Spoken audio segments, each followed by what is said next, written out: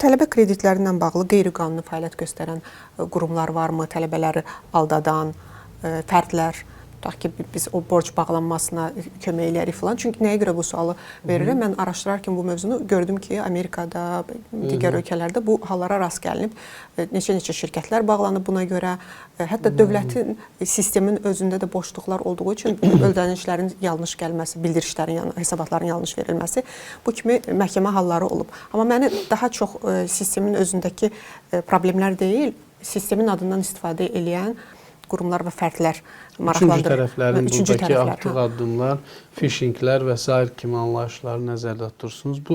Bu sırf tələbə və cəmiyyətin maariflənməsi ilə bağlı olan məsələdir. Bu bütün cəmiyyətlərdə var. İstər Amerika məkanında, istər Avropa məkanında bu tip kreditlərin qeyri-rəsmi yoldan birbaşa həllinə dair. Misal üçün, Loro dildə desək, vəd verirəm ki, 10.000 borcunuz var, 5.000 manat mənə gətirin, bu məsələləri mən həll edirəm. Falan yerdə mənim tanışım var, həll edəcək. Bax, bu belə yanaşma budur.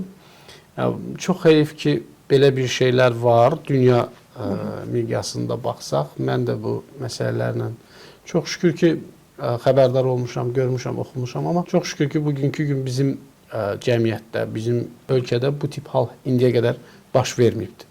Baş verməyəcək deyə bir anlayış da yoxdur, amma biz öz fəaliyyətimizi elə formada təqdim etmişik ki, yəni burada yenə də deyirəm, bugünkü gün əgər mənə zəng edib hansısa bir vətəndaş belə desə ki, övladım kredit ala bilmədi, imtina düşdü, mən bu adama kömək edə bilmirəm. Çünki burada qanunvericilik var, elektron sistem fəaliyyət göstərir, geri ödəmə də yenə eyni cinahdan, eyni sistemdən, eyni formada davam edir.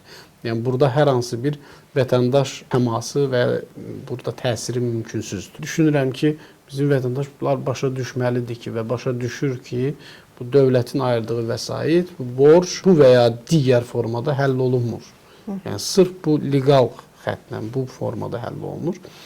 Eyni zamanda bir də məsələni diqqətə çatdırım ki, biz fəaliyyətə başlayanda sadəcə olaraq vəsaitin geri ödənilməsi ilə bağlı yox, müraciətə bağlı, Loro dildə dəllallar deyirlər, hansı ki, o müraciət üçün ona dəstək olur, çox ağır, prosesi ağır bir proses kimi təqdim edir. Tam maariflənməyən, məlumatsız bir şəxs isə müraciətə görə pul istəyir. Müraciətə görə 100 manat, 50 manat kimi, yəni çox da kiçik olmayan məbləğlər ödəyirdilər. Amma biz bugünkü gün düşünürəm ki, onun da önəmli ölçüdə qarşısını almışıq.